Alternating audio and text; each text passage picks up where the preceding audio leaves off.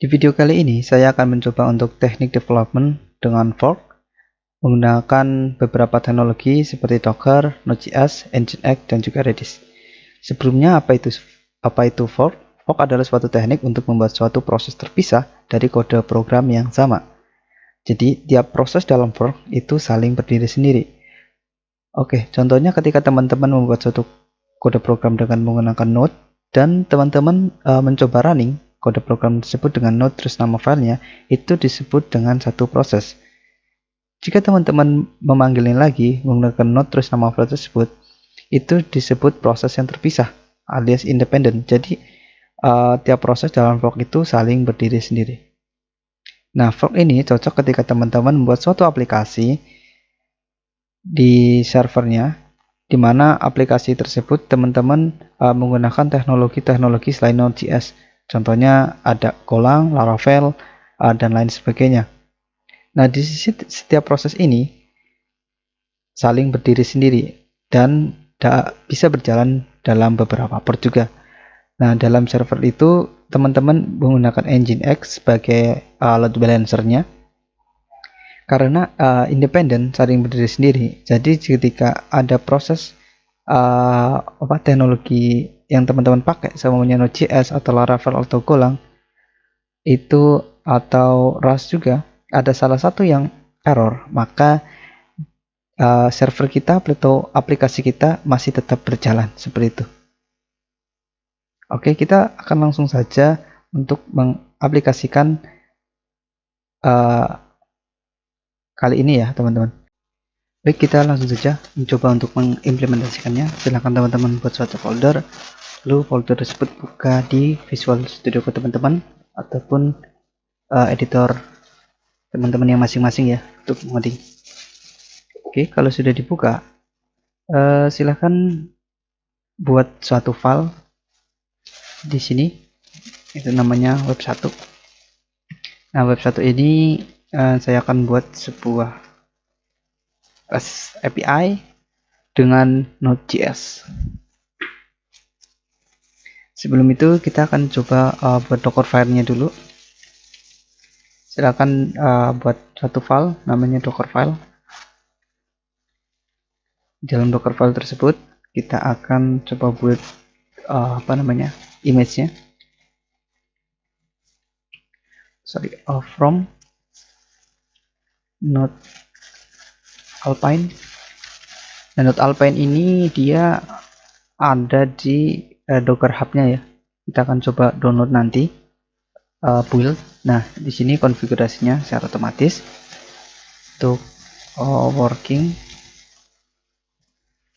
workdir harusnya. Workdir dia di user/source/app terus kita akan copy c.apk.json nya,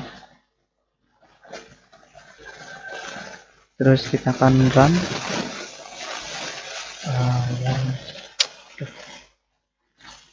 biar install, terus akan copy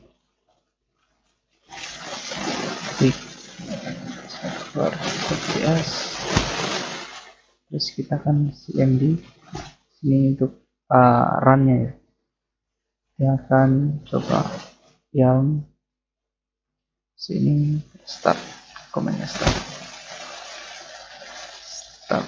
Nah, ketika sudah, kita akan coba untuk ngebuat paket JSON-nya ya. Kita masuk ke cd web1 terus yang init. Baik, kita bisa isi di sini nggak lama. Namanya kita web1, terus versinya versi 1. Deskripsinya kita bisa isi running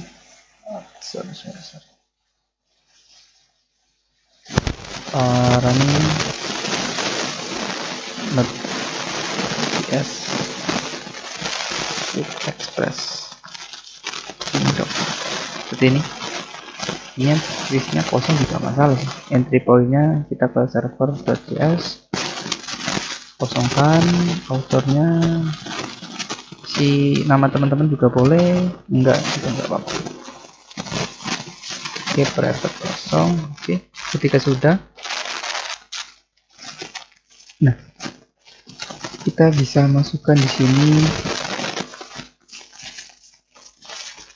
masukkan scriptnya dulu ya, pakai start.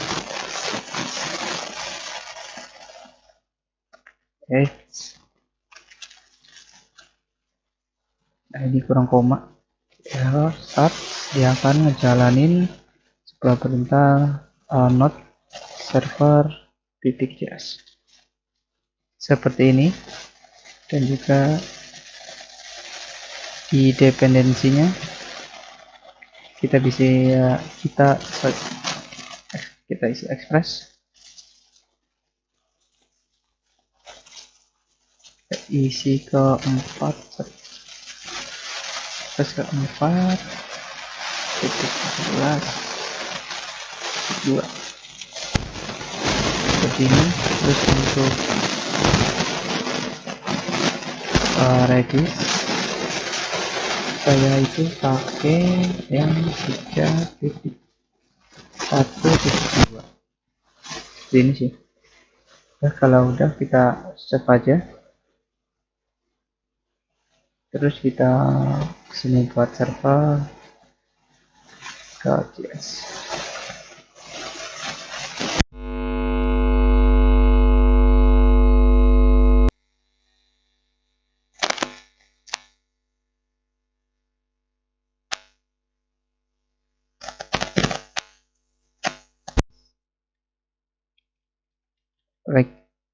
Require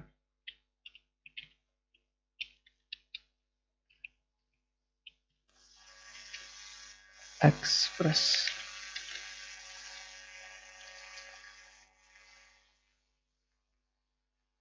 Sebelum itu coba kita yang install.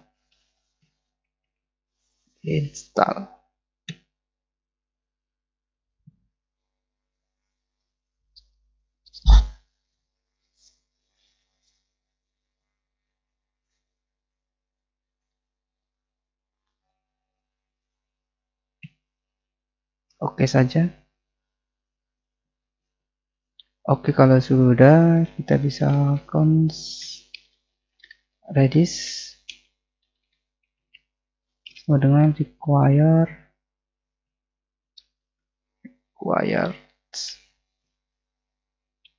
sorry, ini bukan required ya, require si Redis.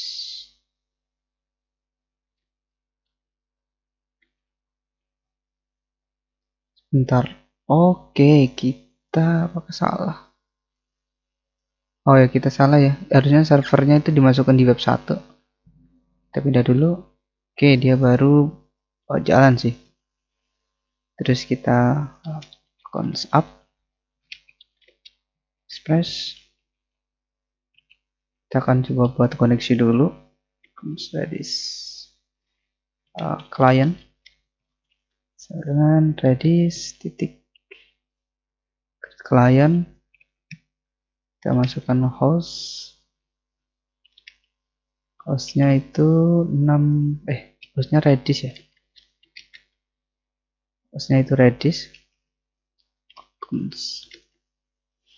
Nah, untuk kita masukkan juga portnya itu 6379. Nah, kalau sudah, kita coba kita bikin sebuah REST API, tipenya get, dia akan slash, terus di sini sebuah rec sama REST.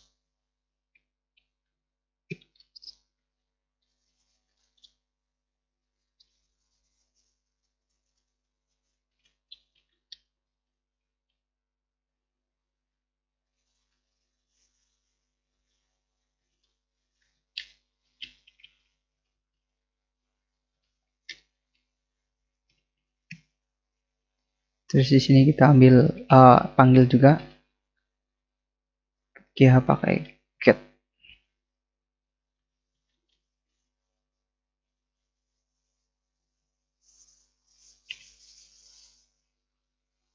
client titik get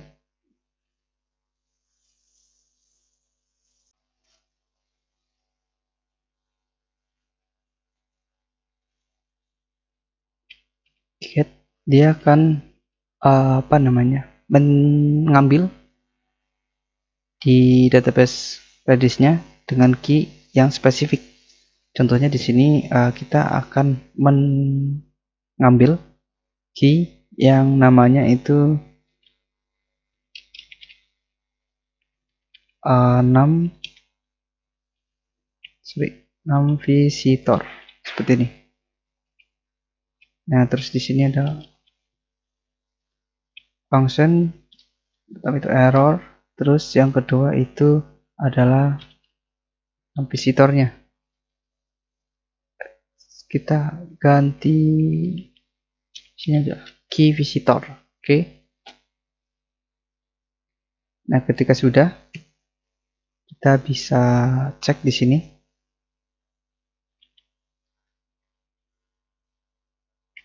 Display visitor, kita bisa coba untuk parse integer karena simpan dalam string ya, dari 6 visitor plus 1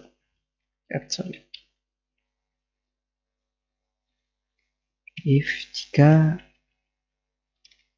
is none dari display visitor, maka kita akan set display visitor itu 1. Kita akan send, akan kirim sebuah string ini dari web 1 gitu, web 1 total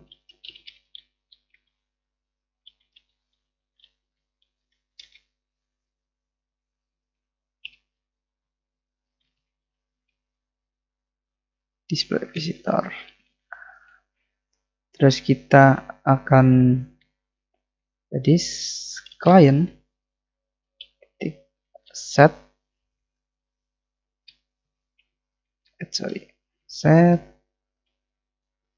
key-nya kita ambil dari key,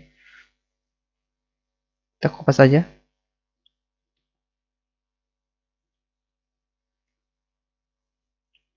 key visitor, terus kita kirim set value-nya yaitu si display visitor. Oke. Terus kita akan distance 5000, portnya di 5000, terus sebuah callback function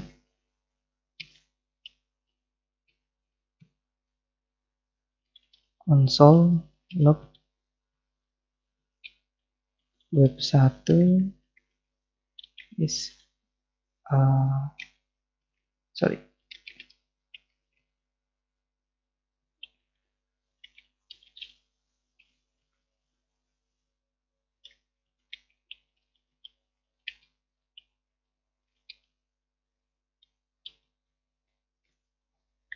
Oke, jadi saya jelaskan sedikit di sini. Ketika kita ngebikin suatu REST API dengan Redis, kita pertama itu akan mencari dulu ada nggak get yang key-nya itu visitor, seperti itu. Terus dia masuk ke sini, dia akan mencoba akan mencoba ngerubah parse integer. Sini harusnya parse integer. Dia akan merubah data yang ada di key visitor di integer kan, terus tambah 1. Nah, kalau dia is none, karena sebenarnya string ditambah, kalau is none, kalau nggak ada itu is none, kalau true dia akan kita akan set menjadi 1. Nah, kita kirim datanya ke klien dengan recent displaynya berapa seperti itu. Nah, terus kita set key visitornya yang sekarang seperti itu. Jadi karena Redis itu penyimpanannya itu key sama value ya.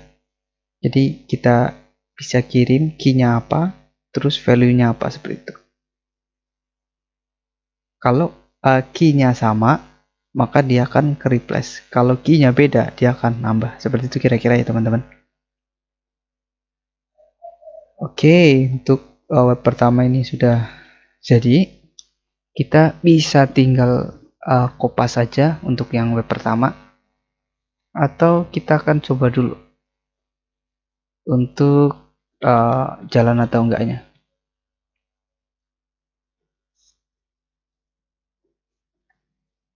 Sepertinya nggak usah ya, kita akan coba lanjut saja.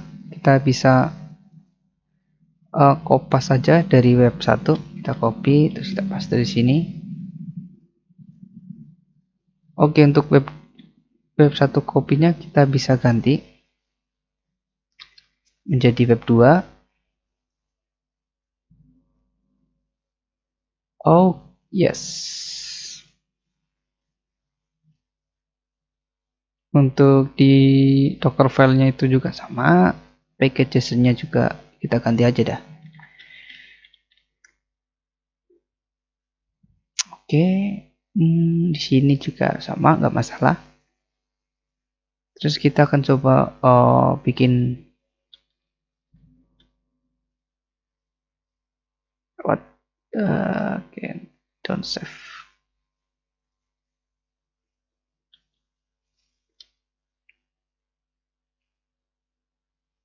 Oke, kita bikin sebuah folder di sini namanya Nginx.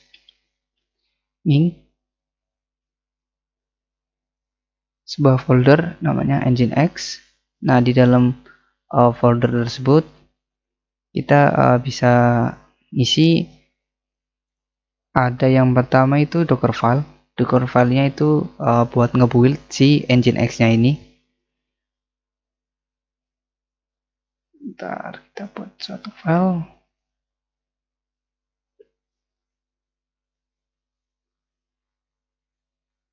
Nah,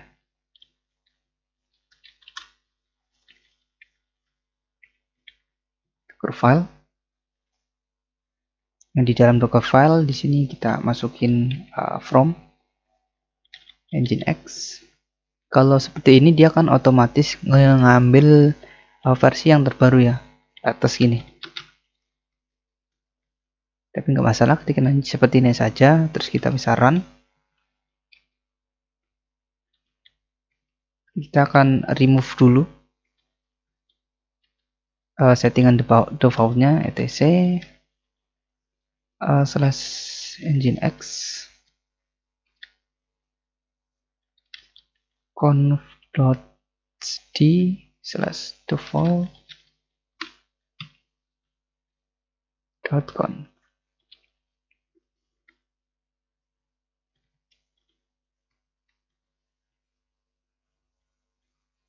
Kita akan copy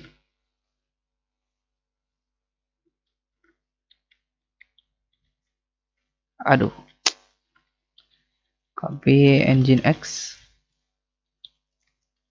di conf, kita kopas saja di sini. Oke. Kalau sudah, kita bikin satu lagi di sini, itu namanya nginx.conf. Nah, ini settingan untuk konfigurasi Nginx kita ya. Yang pertama kita bisa masukin upstream, load balancer,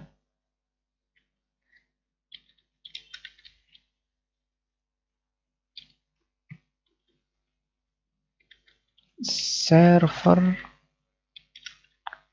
namanya server web 1. jadi port 5000.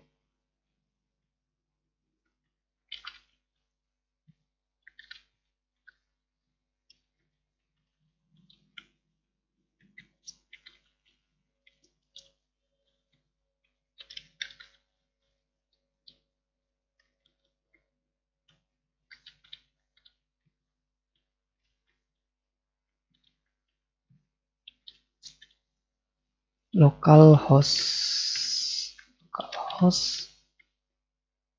jangan lupa dia pakai titik koma ya teman-teman. Titik koma location slash, dia akan masuk ke proxy.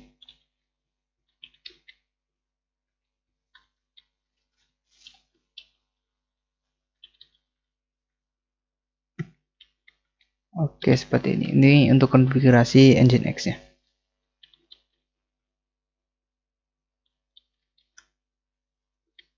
Oke, sudah kita save. Terus yang kurang kita di sini tinggal membuat Docker Compose-nya.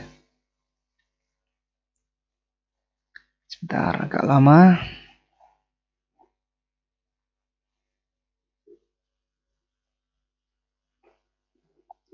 Karena saya di sini juga running si Docker-nya ya, jadi agak lama.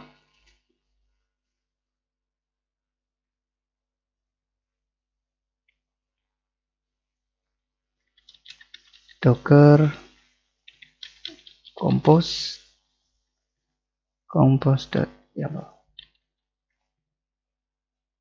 tunggu. Oke, yang pertama kita bisa isi version. Karena saya install Docker yang terbaru, jadi saya gunain 3.9. Terus service, kita nama ID-nya Redis. Terus untuk image-nya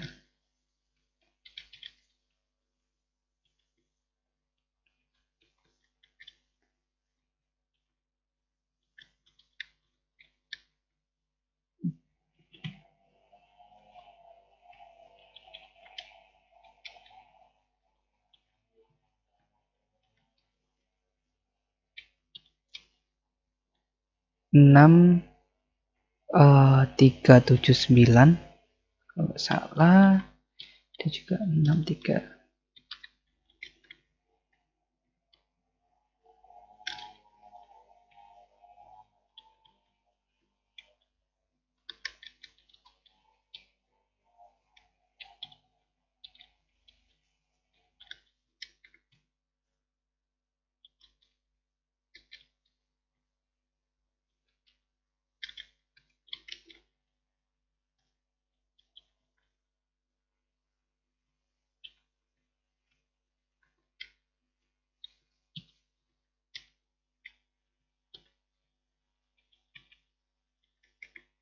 Oke, untuk ini kita kopas saja. Nah, kita ganti di sini jadi web 2. Terus yang terakhir kita akan menambahkan yang namanya Nginx. Dia di build dari Nginx. Untuk portnya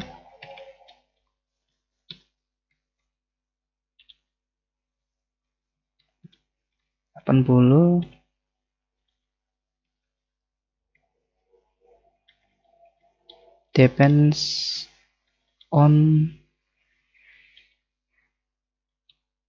web 1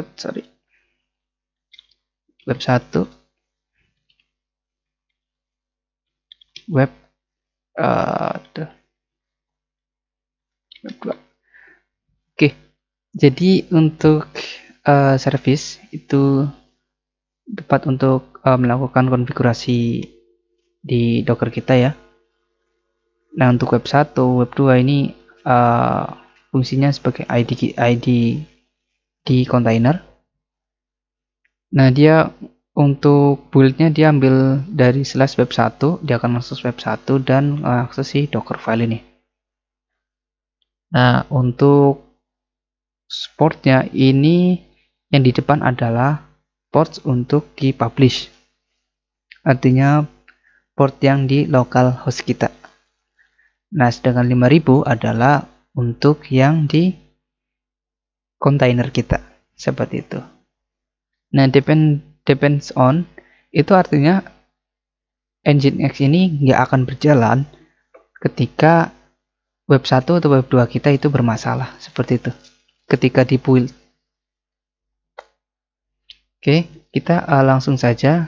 Bentar, sebelum itu saya akan buka Docker saya dulu.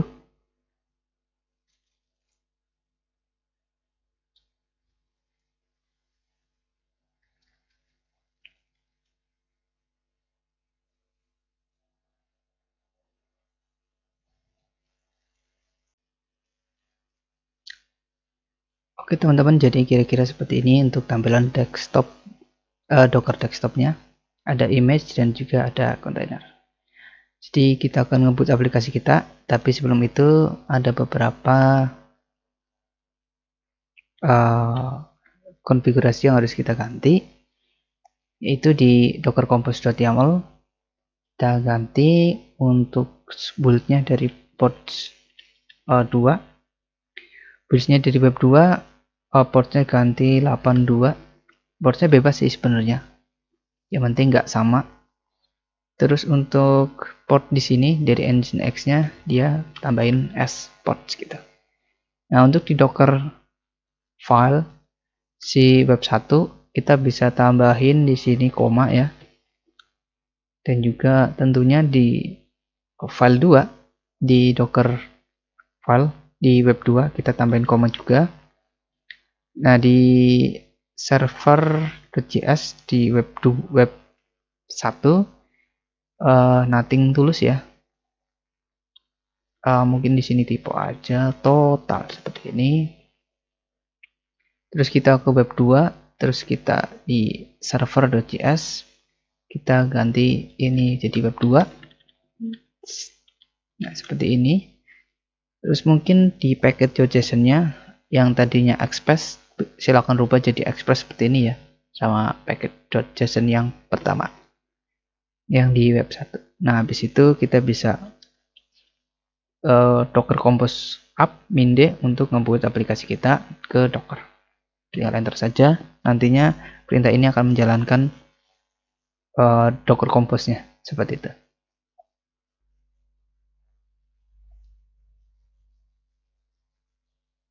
Kita tunggu saja. Oke, di sini creating, starting, baru si Nginx pasti starting. Started, come on. Oke, semua sudah jalan. Kita bisa cek di sini di container. Nah, dia sudah berjalan semuanya ya teman-teman. Kita bisa akses localhost 80 pakai browser teman-teman. Oh ya, sebelum itu saya akan masuk ke terminal dulu, masuk ke Docker, ke Redis CLI monitor.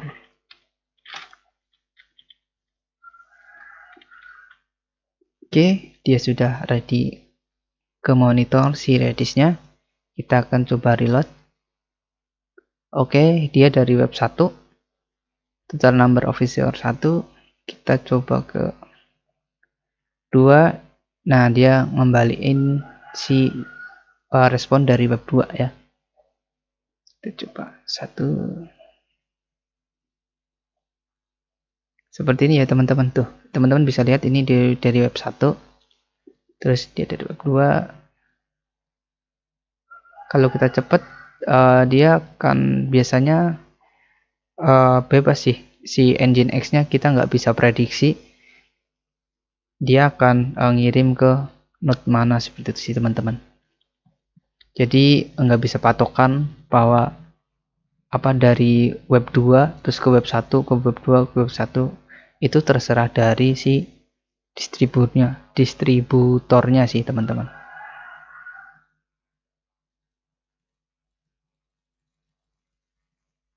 Mungkin seperti itu yang bisa saya share ke teman-teman. Mohon maaf bila ada salah-salah kata ataupun kata-kata yang kurang maksud, karena ini first time saya jadi content creator. Semoga kedepannya bisa sukses terus dan bisa nge-sharing tentang teknik-teknik yang mungkin berguna bagi teman-teman. Sekian dan terima kasih teman-teman.